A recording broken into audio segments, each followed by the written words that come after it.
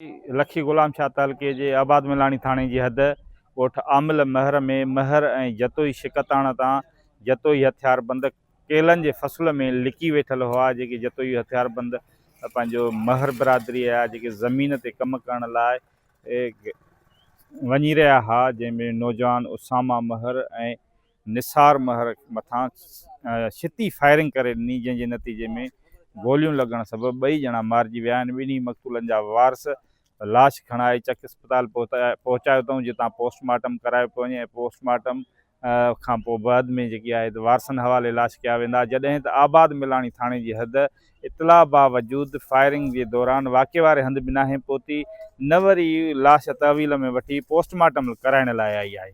Police जी कारकर्दगी zero आहे ऐं महर जतोई शिकताण सबबि हिन वक़्तु ॿिन्ही धुरनि जा 15 माण्हू क़तल थी चुका आहिनि। इलाइक़े में शिकताण ख़ौफ़ हिरास वारो माहौल आहे ऐं हिन वक़्त ताईं इंतिज़ामिया तरफ़ां महर जतोई तकरार खे घटाइण लाइ के बि उपाउ न आहिनि वरिता।